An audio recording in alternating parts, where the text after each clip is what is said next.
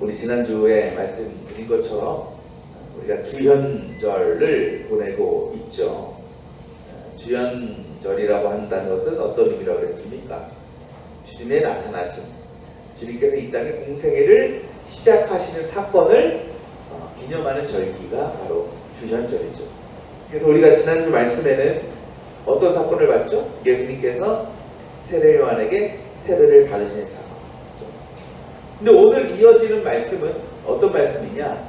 이것도 예수님의 공생의 사역의 어떻게 보면 가장 중요한 사역 중에 하나인데 바로 제자들을 부르시는 사건입니다. 제자들. 오늘 말씀 보니까 예수님께서 갈릴리 바닷가를 거닐고 계시던데 누구를 만나셨다 그래요? 시몬이라고 하는 베드로와 안드레 형제를 만나셨대요. 근데 이들이 뭐하고 있었어요? 바다에서 그물을 던지고 있었다는 거죠. 예수님께서 그렇게 어부질을 하고 있던 베드로와 안드레 형제에게 다가가셔서 대뜸 뭐라고 말씀하십니까? 19절, 나를 따라오너라. 내가 너희를 사람을 낳는 어부로 삼겠다는 거예요. 나를 따라오라는 거예요. 나를 따라오라. 근데 여러분, 이 예수의 말씀을 들었던 베드로와 안드레 형제가 어떻게 반응합니까? 그물을 내려놓고 예수님을 따라가요. 뭔가 홀린 것처럼 예수님 말씀에 예수님 따라갑니다. 근데 또 얼마나 가시다가 누구를 만나시냐? 야고보, 요한 형제를 만나셔요. 이들도 어부입니다. 근데 이들은 그물을 정리하고 있었어요. 정리하고 있다는 건 무슨 의미입니까? 이제 어부 일이 다 끝났다라는 거죠. 일을 마치고 이제 집에 가기 전에 정리하는 거예요. 예수님께서는 그들에게도 동일하게 말씀하십니다. 나를 따라와라. 그랬더니 이 형제도 어때? 예수님을 따라가요. 여러분, 이 말씀이 이해가 되십니까? 이게 상식적으로 받아들일 수 있는 그런 이야기입니까? 당시 사람들은요, 직업이라는 것을 어떻게 얻었을까요? 우리는 어떻게 직업을 얻습니까? 알바몬, 알바천국, 파인드잡 이런 걸로 찾아서 일을 하잖아요. 근데 그 당시 사람들은 어떻게 직업을 얻었을까요? 아버지가 하시는 거, 부모가 했던 일, 한마디로 얘기하면 가업으로 물려 내려오는 일을 하는 게 직업이 되는 거예요. 그게 자연스러운 일이었습니다. 그러니까 이 오늘 말씀에 등장하는 이 어부들도 어떻게 어부가 됐을까요? 내려왔으니까, 가업으로 물려받았으니까 어부가 된 거예요. 때문에 이들은 누구보다 이 어부라는 이 직업에 대해서 자부심이 있었습니다. 또 전문가 마인드가 있었어요. 왜? 해본 게 뭐밖에 없어. 고기 잡는 일밖에 없으니까 얼마나 이거에서 프로겠어요. 그죠? 프로예요. 그렇다면 이 일을요, 여러분, 쉽게 포기할 수 있습니까? 없어요. 없어요. 그리고 이들이 가업을 물려받았다는 것도 어떤 의미냐? 그 일을 해온 부모에 대한 존경과 사랑이 있다는 거예요. 그죠? 비록 세상적으로 보면 천한 일일 수 있죠, 고기 잡는 게. 하지만 대를 이어서 그 일을 하면서 자신들을 먹이고 키우신 부모에 대한 존경심이 있었기 때문에 그 일을 기꺼이 대를 이어서 할 수 있었다는 것입니다. 근데 그런 이 어부들이 지금 어떻게 한다고요? 직업, 부모, 더 나아가서는 자신의 가족들을 한순간에 버리고 예수라는 사람, 처음 본 사람입니다. 낯선 사람이에요. 그 사람이 따라오라고 하니까 예, 따라가겠습니다 하고 가고 있는 상황이라는 거예요. 근데 여러분, 뒤에 야고보와 요한 같은 경우는요, 누구와 함께 있었다 그래요? 오늘 말씀에 아버지와 함께 있었다 그래요. 이걸 어떤 의미입니까? 아버지가 옆에 계시는데도 아버지 버리고 따라갔다라는 거예요. 여러분 상상해 보세요. 이 야고보와 요한 아버지가 예수는 어떤 낯선 사람이 와서 자기 아들을 끌고 갔다기보다 따라가는 거죠. 여러분이 그 아버지라면 어떡하겠어요? 끌고 오겠죠. 다시 어디를 가냐고, 당신 누구냐고 그랬을 거예요. 그럼에도 불구하고 이 아들들은 아버지를 뿌리치고 예수를 따라갔다는 거예요. 여러분 인간적인 눈으로 보면, 요새 말로 하면 패는 아들이죠. 부모를 버린 거예요. 또 그들이 어부를 그만두면 그건 자신들만의 문제로 끝나지 않아요. 누구의 문제입니까? 딸린 가족들. 왜? 이제 일할 사람이 없으니까, 가장이 사라지니까 가족들도 어떻게 될지 모르는 거예요. 그렇다면 이들은 그런 거 관심 없어. 아무리 예수님이지만 예수님을 그렇게 따라간다는 것은 냉정하고요, 이기적이라고밖에 생각이 안 됩니다. 여러분, 그래도 우리 그걸 생각해 봐야 되는 거죠. 왜? 무엇이 그들로 하여금 모든 것을 버리고 예수님을 따라가게 만든 것일까? 다르게 얘기하면, 그토록 자랑스럽게 여기던 직업, 그토록 사랑하고 존경하던 자신의 부모, 가족들을 버리고 왜 그들이 예수님을 따라갈 수밖에 없었을까라는 거죠. 오늘 말씀은요, 다른 복음서에도 동일하게 나오는데요, 누가복음에 나오는 이 말씀을 보면 되게 구체적으로 기록되어 있습니다. 그 말씀을 보면 어떤 내용이 있냐면, 이들이 밤새 그물을 던졌어요. 밤새, 고기를 보통 밤에 잡으니까 고기를 잡았는데요, 고기를 한 마리도 잡지 못했습니다. 한 마리도 잡지 못한 상태로 지금 그물을 정리하고 있는 거예요. 이들의 상태가 어떨까요? 지금 걱정, 근심, 그죠? 절망좌절, 업으로서 평생을 바친 사람들, 자존심 상해 안 상해? 상하죠. 어떻게 한 마리도 못 잡아요? 안 좋은 감정은 다 갖고 지금 그물을 정리하고 있는 거예요. 그런데 그때 예수님이 오시더니 그들의 배에 오르시면서 뭐 하셨냐? 복음을 전하셨어요. 여러분, 평소 같으면 어떻게 이들이 반응했을까요? 지금 고기도 못 잡아, 기분도 나빠, 절망과 좌절에 빠져 있어요. 그런 상황에서 낯선 사람이 자기 배에 올라와가지고 막 말씀을 전해. 여러분 같으면 어떡하겠어요? 내버려 두겠습니까? 아니죠. 쫓아내겠죠. 지금 어디라고 함부로 올라오냐? 당신 누구냐?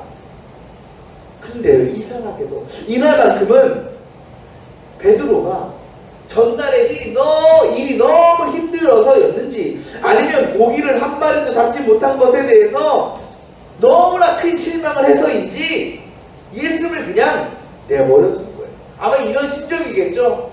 아유, 마음대로 하시고, 떠들려면 떠들고, 마음대로 하시고, 다 포기한 거예요. 근데 여러분, 그물을, 그 마음을 가지고 정리하면서 예수님이 말씀하시는 그 말씀들이 들려질 거 아니에요, 그죠? 무시하고 싶어서 들려질 수밖에 없어. 바로 옆에서 떠드시는데, 근데 그 말씀을 듣고 있는 가운데, 이들의 마음 가운데 뭔가 이 말씀이 보통 말씀이 아닌 거라는 것이 깨달아지는 거예요. 그리고 그 말씀을 듣다 보니까 뭔가 자신의 마음이 뜨거워지는 게 경험되는 겁니다. 그러면서 뭔가 마음의 변화 같은 게 막 일어나는 것을 깨닫게 된 거예요. 그때 그들이 뭘 생각했냐? 지금 내 배 위에서 말씀을 전하는 저 사람이 보통 분은 아니구나 라는 것을 깨닫게 된 겁니다. 근데 갑자기 예수께서 이상한 말씀을 하셔요. 말씀을 다 마치시고 뭐라고 말씀하시냐? 너네 저 깊은 데로 가서 고기를 한번 잡아봐 라고 말씀하셔요. 아마요, 베드로는요, 자신의 길을 의심했을 겁니다. 생뚱맞고 어처구니 없는 명령이었습니다. 왜? 이들은 평생 어부로 살았어요. 낚시 전문가입니다. 근데 예수라는 사람 그물 한번 잡아본 적 없어요. 낚시해본 적이 없어요. 초짜예요. 그런 사람이 와서 고기 잡는 법을 가르쳐? 자존심 상하지요. 들을 가치가 없습니다. 근데 여러분, 거기서 베드로는요, 놀라운 고백을 합니다. 이렇게 얘기해요. 우리가 밤새도록 애를 썼으나 아무도 잡지 못했습니다. 하지만 선생님의 말씀을 따라 그물을 내리겠습니다. 그들은 먼저 자신의 실패를 예수님에 고백합니다. 우리 아무것도 못 잡았어요. 근데 뭐라고요? 그러나 선생님 말씀대로 그물을 내리겠습니다. 순종하겠습니다. 이 고백은요, 지난 밤의 일을 생각하면 말도 안 되는 말씀이에요. 화가 나는 상황입니다. 그런데도 베드로는 순종하겠다고 고백하는 거예요. 어떻게 베드로는 예수님의 이런 말도 안 되는 명령에 순종할 수 있었을까요? 그것은 이미 예수님께서 그들에게 말씀을 전하시는 가운데 그들의 마음이 움직였다라는 거예요. 변화됐다라는 겁니다. 또 그 말씀을 통해서 예수를 향한 어느 정도의 믿음이 생겼다라는 겁니다. 지금 모든 것을 포기하고 싶고 절망과 근심에 빠져있는 베드로가 예수의 말씀을 듣고 다시 마음이 움직이고 살아나고 변화되는 걸 경험하는 거예요. 베드로는 그 믿음으로 순종해서 다시 그물을 바다에 내린 것입니다. 근데 여러분, 어떤 일이 일어납니까? 어떻게 잡았어요, 물고기를? 성경을 보면 그물이 찢어질 만큼, 자신의 힘으로 혼자 끌어올릴 수 없을 만큼의 엄청난 고기가 그물에 걸린 거예요. 이게 뭡니까? 예수님의 기적이죠.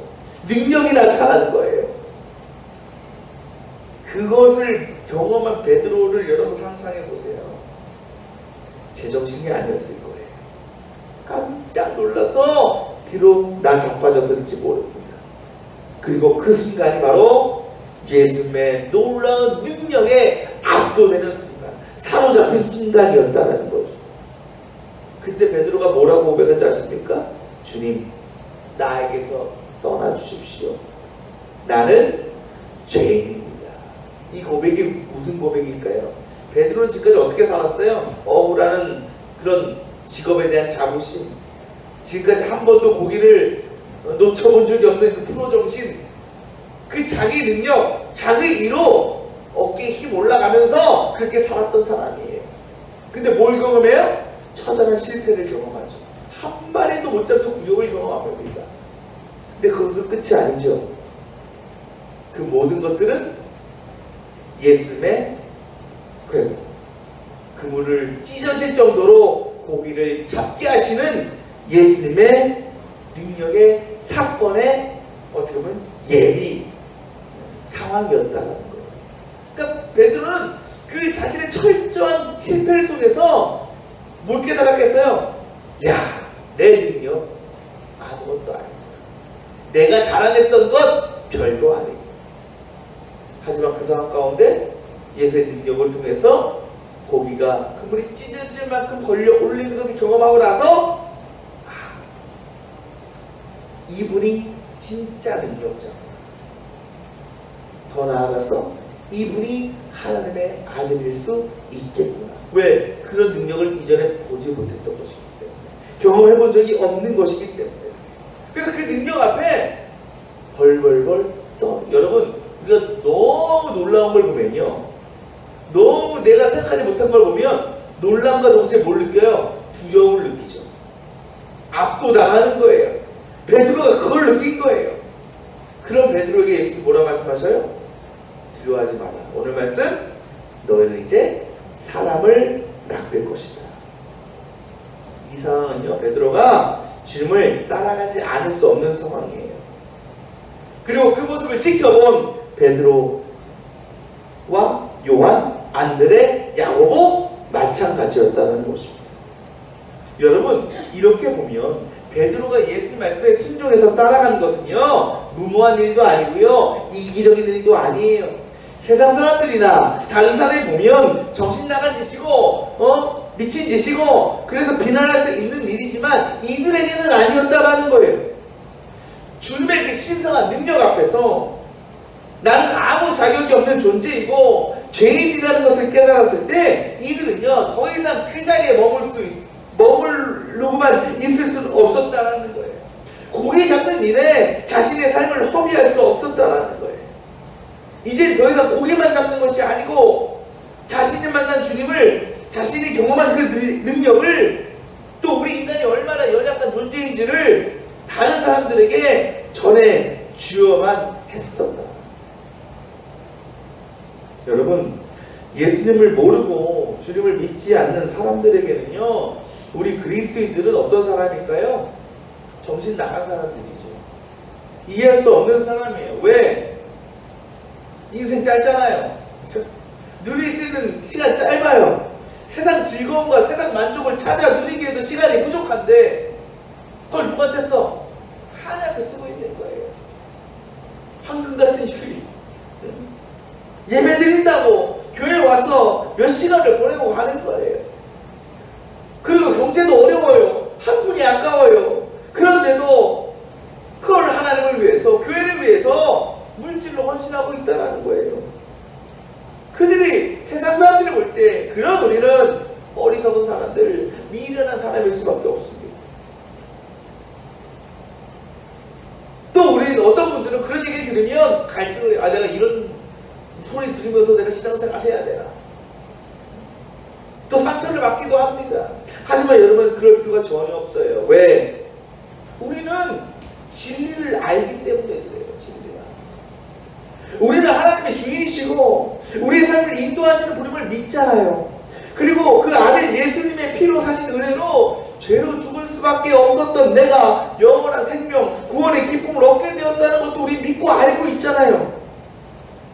우리가 그 주님을 통해서 누리는 기쁨은 그 어떤 것으로 대신할 수 없어요. 우리가 무엇으로 우리의 생명을 바꿀 수 있겠습니까? 비록 우리가 하나님 앞에 우리의 시간을 내어드리고 우리의 물질을 내어놓고 있지만 그것은 우리의 어떤 희생이 아니고 포기가 아니고 우리의 주인 되신 하나님을 향한 마땅한 감사의 표현이라는 겁니다. 여러분 가운데 아까워 하면서 교회 오시고 물질 드리시는 분 없잖아요. 그죠? 우리 다 어떻게 드려요? 당연한 것으로 드리죠. 마땅한 것으로 알고 하나님 앞에 드리는 건 아니겠습니까? 하지만 우리가 알고 믿는 그 당연하고도 마땅한 것을 세상 사람들은 모른다라는 거예요. 왜? 주님을 만나지 못했기 때문에. 그래서 하나님이 주시는 은혜를 깨닫지 못했기 때문에 그래요. 그러니 우리를 보면서 손가락질하고 이상하다고 얘기할 수밖에 없는 거죠. 지금 이 시간에도 여러분, 전 세계 수많은 교회에서 예수 믿는 사람들이 모여서 예배하고 있을 겁니다. 우리나라만 해도 6만 개가 넘는 교회가 있는데 그곳에 수많은 사람들이 모여 예배하고 있을 거예요. 하지만 같이 예배를 드리지만 모두 같은 마음으로 예배를 하지는 않을 것입니다. 그 가운데는 정말 교회를 사랑하고 하나님을 사랑해서 정말 예배하기를 기뻐하며 나온 성도도 있을 것이고, 또는 그냥 누군가의 손에 이끌려서 반강제로 나와서 예배 드리는 사람도 있을 겁니다. 또 어떤 사람은 그냥 이도저도 아닌 마음으로 그냥 습관적으로 나온 사람도 있을 거예요. 우리가 이 자리에 나오기까지 우리 개인의 상태나 어떤 마음이 각자 다를 수 있어요. 그렇죠? 하지만 한 가지 분명한 공통된 진리가 있습니다. 그게 뭘까요? 우리가 이 자리에 나오기까지 분명한 하나님의 부르심이 있었다는 거예요. 우리가 내 생각과 내 마음과 내 발로 여기에 나온 것 같지만 그것 또한 성령이 우리를 부르시고 움직여 주셨기 때문에 우리가 나올 수 있었다는 거예요. 그리고 우리가 나왔다는 것은 어떤 것이겠습니까? 그렇다면 성령에 부르셨을 때 우리가 뭐 한 거예요? 응답했다라는 거예요. 그 믿음을 주님이 주셨다는 것이죠. 여러분, 주님 우리를 제자로 부르셨어요. 제자가 되라고 우리에게도 말씀하십니다. 근데 아직 우리는요, 베드로, 안드레, 야고보, 요한처럼 주님을 향한 온전한 순종으로 나아가지 못할 수 있어요. 그래서 주님께서 원하시는 그 제자의 길을 온전히 따라가기가 힘들 수도 있습니다. 하지만 여러분, 우리가 주님의 부르심에 응답해서 이 자리에 나와 있는 것만으로도요, 우리는 이미 주님의 자녀, 주님의 제자가 될 수 있는 자격을 충분히 얻게 되었다라는 것입니다. 그리고 거기에 놀라운 진리가 있어요. 그게 무엇일까요? 주님이 우리를 택하셨다는 겁니다. 생각해보세요, 여러분. 오늘 말씀에 예수님께서 어부들을 만났잖아요. 그게 우연히 만난 것일까요? 예수님께서 그냥 어쩌다가 갈릴리 바다 지나가시다가 어부들 있길래 그들 불러서 제자로 삼으신 것일까요? 아니에요. 예수님은 이미 알고 계셨어요. 누구를? 베드로를, 안드레를, 야고보, 요한을 알고 계셨어요. 그리고 아시는 것을 넘어서 그들 내 제자로 삼아야겠다, 이미 계획을 갖고 계셨어요. 근데 예수님과 제자들 만남은 우연히 어떻게 시간이 맞아서 만난 게 아니고 예수님의 계획 가운데 예수님이 그들이 있는 시간에 찾아가신 거예요. 또한 그들이 고기를 한 마리도 전날 못 잡게 된 것, 어쩌다가 그냥 운이 나빠서 못 잡은 게 아니고요, 그것 또한 주님의 계획이었다라는 거예요. 이들이 그런 경험이 어디 있었겠어요? 그죠? 어부로 살아오면서 저도 할아버지 따라 낚시 가면 못해도 붕어 두세 마리는 잡는데 어부들이 못 잡겠냐고요, 한 마리도. 계획이었어요. 어떤 계획? 그들을 회복시키시고 제자로 세우시고 자신을 따르게 만들겠다는 예수님의 계획 가운데 그 모든 것들이 이루어졌다는 거예요. 우리도 마찬가지예요. 우리가 예수 믿고 예배 드리고 나오게 된 것, 그냥 어쩌다가 누가 전도해서 어쩌다 따라와서 믿은 것 같지만 아닙니다. 이미 주님의 계획 가운데 여러분은 다 구원의 계획에 들어가 계셨어요. 그것을 믿을 수 있기를 바랍니다. 어떤 분들이 이렇게 물어보실 수 있죠. 우리 제자가 되고 싶어요. 근데 제자가 되려면 이 어부들처럼 자신의 직업, 가족 다 버려야 되는 겁니까? 그럴까요, 여러분? 그럴 수 있어요? 그럴 수 없죠. 여러분, 오늘 말씀에 이들이 부모를 뒤로 하고 일을 뒤로 하고 예수를 따랐다는 것은 부모에 대한 의무 또는 직업에 대한 의미를 버렸다는 게 아니에요. 이건 단순한 거예요. 뭐냐? 주님의 말씀이 최우선순위였다라는 거예요. 주님의 말씀이 가장 높은 곳에 있다라는 것을 보여주는 사건이라는 거예요. 우리는요, 각자의 일터에서, 가정에서 열심히 우리는 할 일을 해야 됩니다. 왜? 내 직장도, 내 가정도 누가 허락해 주셨어요? 하나님이 허락해 주신 것이기 때문에 그래요. 그러면 우리는 그 안에서 주님께서 우리를 부르신 목적을, 제자로서의 사명을 그 안에서 감당하면 되는 거예요. 최선을 다해 일하고 최선을 다해서 가정을 꾸려나가면 됩니다. 단 반드시 기억해야 될 것은 뭐냐? 그 일과 그 가정의 주인이 주님이시다라는 것, 그것만 갖고 있으면 되는 거예요. 주님은요, 여러분이 속한 모든 것이 여러분을 통해서 하나님의 직장으로, 하나님의 가정으로 변화시키시기를 원하고 계신다는 거예요. 그것이 곧 주님의 부르심의 목적을 이루는 것입니다. 혹시 밤에 고기를 한 마리도 잡지 못해서 실망하고 지친 상태로 그물을 정리하는 그 베드로처럼 여러 가지 상황 때문에 힘들고 지친 상태로 나오신 분이 계십니까? 그런 베드로가 자신의 배에서 전하시는 주님의 말씀을 들었을 때 그 삶이 변화되고 놀라운 역사를 체험하고 제자가 되는 영광을 누린 것처럼 이 시간 우리에게 주시는 그 주님의 말씀에 귀를 기울이시고 또 그 말씀 통해서 주님을 만나고 그 주님이 주시는 새 힘과 능력을 얻을 수 있는 저와 여러분 되시길 바랍니다. 우리 교회 지난주에 6주년 예배를 드렸죠. 우리 교회도 마찬가지. 하나님께서 우리 교회를 6년 전 세우신 목적이 있습니다. 그것은 우리를 부르신 목적과 다르지 않아요. 비록 교회 상황을 보면 넉넉지 않은 것 같고 크고 작은 어려움과 문제들이 떠나지 않는 것 같지만 그럼에도 주님은 우리 머릿돌교회를 통해서 지금도 하나님의 계획과 뜻을 이루어가고 계시다라는 것입니다. 그 증거가 누굽니까? 바로 여러분들이라, 우리 성도님들이라는 거예요.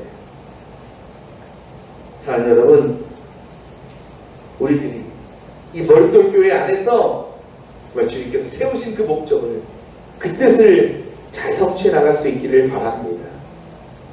주를 만나고 놀라운 역사를 체험하고 말씀을 듣고 주님의 부르심에 주님을 따라 나서지 않을 수 없었던 그들처럼 우리도 예수님의 삶에 주님이 베푸시는 그 은혜와 능력으로 주님 맡겨주신 그 제자로서의 사명을 잘 감당할 수 있기를 바랍니다.